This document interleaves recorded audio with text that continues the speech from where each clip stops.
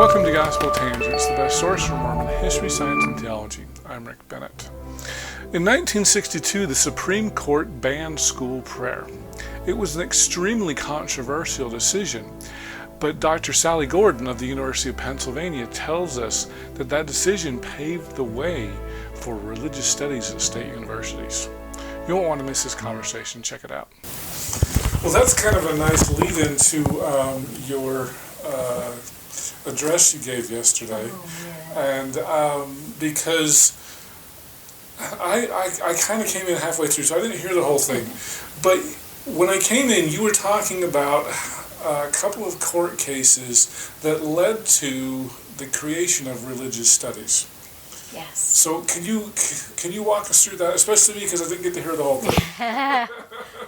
Of course, and I love talking about this stuff.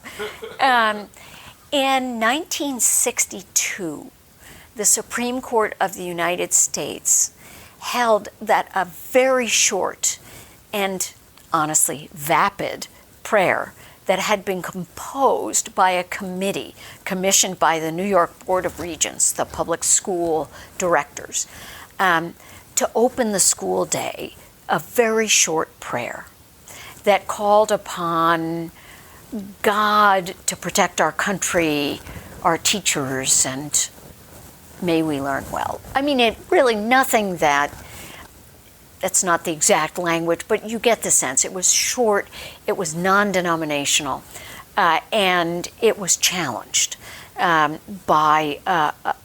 was controversial. Many school districts refused to do it. Rochester, for example, said, we're way too diverse. We're not going to do that. But in a town in Long Island, a family challenged, it was called the Regent's Prayer, and it went all the way to the Supreme Court of the United States. And the Supreme Court said, governments have no business writing prayers. No, this cannot stand. And this was a very, very unpopular decision. 80% of Americans disagreed. Dwight Eisenhower disagreed. For the first time, Catholics disagreed. They had brought most of the anti-school prayers cases before that because the prayers were Protestant. In this one, it was a Jewish rabbi, a Catholic priest, and a Protestant minister sat down. It was prayer by committee. Can you imagine anything less meaningful? Anyway, it was a very unpopular decision. A year later, from right outside Philadelphia, a school called Abington School District was challenged by the family of a guy named Ellery Shemp. Very unusual last name. And they... Three Stooges, right? Wasn't that his name, Shemp? They were Mo, Larry, Curly, and Shemp. Right. So, what was it? Whoop, whoop, whoop, whoop. Anyway, the case got to the Supreme Court, and court watchers, as we're called, around the country predicted that the court might well walk back the decision because it had been so very unpopular. Instead, they doubled down. This case involved the recitation of the Lord's Prayer, not composed, right? Not composed by a state, and or Bible readings, a few verses over the PA system at the beginning of the day. And the Supreme Court said, no, you can't do that. You cannot teach students how to be religious. You can't teach religion. And there was a 90-page concurrence by Justice William Brennan, a liberal Catholic, who said, you can't teach religion, but you can teach about religion. So much of our history, our art, our music, our culture is deeply informed by religion. Study that. Just don't make people pray, right? Because you'll never get universal agreement on prayer or on the Bible, right? think of it, Douay-Rheims versus King James. Would the Book of Mormon count, right? So you can imagine how complicated that gets. And Brennan's words were taken very seriously by a group called the National Association of Biblical Instructors, who taught college. And so this second case was decided in 1963, Abington School District against Shemp. In 1964, they changed their name to the American Academy of Religion. And to this day, religious studies scholars say, we teach about religion. They brag about how they never endorse or condemn any religion. They are students of religion. They don't teach you how to practice. They study you when you practice. And around the country, a new field was born, religious studies. The study, not the practice. And public universities began to create religious studies departments. The U, right up the hill from us here, the U put in a religious studies department, and it's very good. Why doesn't BYU have one? It's a different approach, right? So for religious schools, many of them don't have religious studies departments. They'd have theology departments, or philosophy of religion departments, or ministry or mission courses. So one of the things that happens is that public universities realize that the Supreme Court was talking to them. You can do this in state-run institutions. And so Indiana University, UC Santa Barbara, those are the two premier public school religious studies departments, but they're all over the country. And the field blossomed. And as I said, Jan Ships, who taught the world how seriously they should take the Mormon tradition, her book used the tools of religious studies. She talked about prophecy. She talked about Exodus. She talked about sacred space, the kingdom in the tops of the mountains, and sacred time, traveling into the Old Testament, as the saints did as they voyaged westward. So I do think that we've learned a lot from religious studies. But our old friend William Brennan, right back there on the Supreme Court, what he, as a sensible Supreme Court justice, would have liked to see happen. I never got to ask him this. He died. He died in 1997, I think it was. But he stayed on the court a long time. I think he retired in 1990. But what he would have wanted, he was a man who loved tests. Is this put more of a burden on the person who's enduring it, or on the government who has to forego providing health care to lots of other people, or something like that? He loved to balance things and take different factors into consideration. And he loved expert testimony. So if he had a bunch of religion scholars who could educate courts about, I don't know, what counts as religion, right? Is this necessary to the practice of a given faith?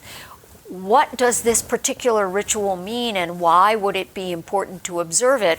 Or is it something that could be, parked in another time zone, or done in a different way that didn't, involve animal sacrifice or something harmful?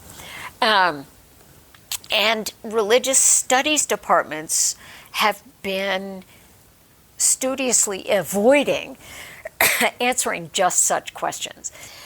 So one of the things that has been very difficult is trying to figure out what is religion and what isn't religion. And religious studies departments, full of really brilliant people who think deeply about religion, still have not settled on a definition of religion. So so the fact that the Supreme Court hasn't come up with a definition either maybe is understandable. But the other thing that religious studies scholars have done that is very productive is begin to poke holes in the divide between religious and secular categories, arguing that virtually every form of secularism has religious roots and religious aspects. So it's when you show up at a court and you say, my religious belief says X, and the judge says, well, what does the religion scholar tell me about this? Is this really religious or secular? The religious studies scholar might say, that doesn't make sense. There's no such thing as, a divide between those two. And so one of the things that I think has not worked in the ways that someone like Brennan might have hoped it would is that religious studies has not produced a smooth road for the Supreme Court. And many of them don't think that's their job. And they can be forgiven for thinking that way. But one of the things that has happened that is most harmful is that we have a very volatile, unpredictable law of religion, constitutional law of religion. The Supreme Court changes its mind. Its decisions are 5-4, and with bitter dissents. It's unpopular with much of the public, and its uncertainty means that people really invest in trying to get their cases up to the Supreme Court, and it's divisive. And it's become deeply political, and in that sense is unhelpful. It draws people into bitterness, and anyone who's been involved in litigation knows it's not fun. It's really not fun, and honestly, religion on the pages of the Supreme Court reports appears flat. You just can't capture what it means to be dedicated to a faith when you have to flatten it so that it fits in a given constitutional category. It's not that the court's wrong. It's not that the faith is wrong. It's not that religious studies scholars are wrong, but we need them because we're not in a good way. Part of the polarization we see is deep, deep claims by some people that they've been written out of attention and power and the capacity to live their lives the way they want to. Others who are deeply afraid that their precious capacity to exist the way they feel comfortable is under deep threat from those who want to take over and not allow for the the really rich diversity we have in the country. The Christian nation is a scary phrase to many people. Well, yeah. It seems like there was another case involving Antonin Scalia that you talked about that kind of counteracted the Brennan opinion. Is that right? It did. It really cut it way back. But so that's a perfect illustration of how uncertain our case law is, because it's now getting ready for the guillotine. It's all, justices have announced that they want to reverse it, and it looks like it may well go. In 1990, Antonin Scalia, who really was not a fan of the Free Exercise Clause, although he was a deeply religious man, he held that two Native Americans who had engaged in peyote rituals in Oregon and been fired from their jobs for doing so did not have a right to collect unemployment insurance. And the first case that really protected religious liberty in a profound way was called Sherbert against Verner, and that was decided in 1963, just like Abington School District. William Brennan wrote the majority opinion in Sherbert against Verner and said that a woman who refused to work on a Saturday, she was a Seventh-day Adventist, who was fired from her job for refusing to work on a Saturday, deserved to get unemployment insurance. So a case very similar to the one involving the peyote rituals and being fired, and all they wanted was unemployment insurance. And what Scalia said is, listen, if there's a neutral and generally applicable law and it's been applied to you, you're out of luck. Sorry. You need another right. You need another right. It could be speech, it could be, and so many scholars and lawyers and began drastically retrenching. It was a very unpopular opinion. And Congress was so ticked off at this that Scalia had virtually undone the Free Exercise Clause, that they passed a law called the Religious Freedom Restoration Act in 1993, trying to reverse Scalia's opinion. Oh, wow. Yeah. And it went back. There was a case involving a church in Texas that went back up to the Supreme Court. And in 1997, the Supreme Court held that as applied to the federal government, the Religious Freedom Restoration Act is unconstitutional.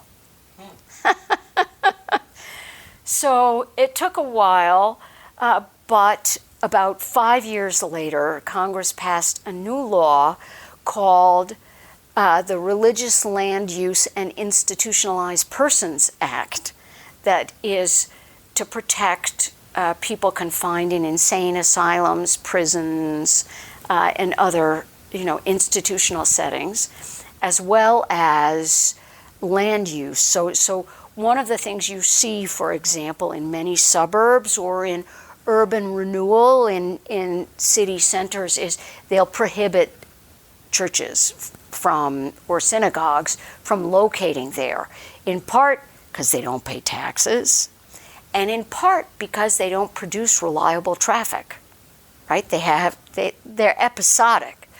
And so there's good sort of city planning reasons not to allow that. But it's pernicious. It's really pernicious. And so Because a city planner could say, I don't like the Mormons, we're not going to let you build a church here, or the Jehovah's Witnesses, or the Scientologists. They wouldn't really say it that way. I know, but... They'd say things like, soup kitchens are not a good idea for a flourishing downtown area where we don't want people sleeping under quilts that you have to step over to get to the restaurant. Right? That's how they'd put it, and I think that's how they'd mean it. It's very rare to see anyone sort of act that way. The case I'm thinking of that did feature something like that is a city called a case called Church of Lukumi Babaluai versus Hialeah. And it's connected to the Mariel boat lift, which brought over a lot of practitioners of Santeria, which involves animal sacrifice. And Santeria practitioners had kept quiet for a long time, but they announced in the early 1990s that they were planning to build a church in the city of Hialeah. And this was a substantially Cuban versus Cuban battle. So the Orthodox Catholics brought in a priest to tell the city council about how bad this is, and the city council said things like, oh, we don't want those voodoo nuts, practicing here. And so it was all over the place. And you see that sometimes in that kind of internal debate. You see it sometimes with eruvs. Do you know what those are? So for Orthodox Jews to carry on the Sabbath, they have to be within a certain sacred space. And generally a very thin wire will get the job done, often strung on poles, utility poles or other poles or light poles. And you'll see, for example, towns resisting an eruv because they point to other towns where an eruv went up and the Orthodox took over and everybody else moved out. So, and that's often an internecine fight among Reform and conservative Jews and Orthodox Jews. So you can see that kind of, targeting of a specific religion in that case. But really it's more about, do we want soup kitchens or outdoor feeding of the poor in a downtown area, when we're really trying to bring in, I don't know, Starbucks, right, or fancy restaurants and so on. Okay. I hope you enjoyed our conversation with Dr. Sally Gordon. In our next conversation, we're going to talk about another Supreme Court decision by Antonin Scalia that many legal scholars think will probably be overturned in our next court. They do, and justices have said so themselves. Okay. Amy Coney Barrett, for example, said we got to be careful. If we reverse this, we have to figure out what's coming next, because in the past 32 years, a lot has happened, including those 2 federal statutes, which is, really, that's a lot. If you'd like to hear the entire interview uncut, please subscribe to patreon.com/gospeltangents for just $5 a month. Patreon is spelled patreon.com/gospeltangents. If you'd like to watch the entire video, you can subscribe at YouTube, Patreon, or on my website at gospeltangents.com and click the yellow subscribe button for just $8 a month.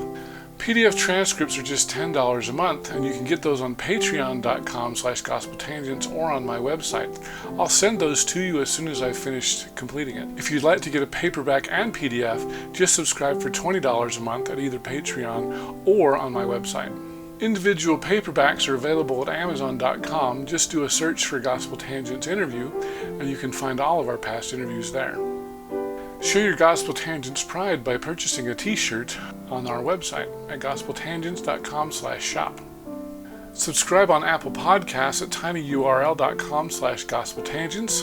You can get our latest updates by friending me at Facebook, or you can also follow our page at facebook.com/gospeltangents. Become an insider and you can see the newest videos. Follow us on Twitter at Gospel Tangents. Click here to subscribe, here for a transcript, and over here we've got some of our great videos. Thanks again.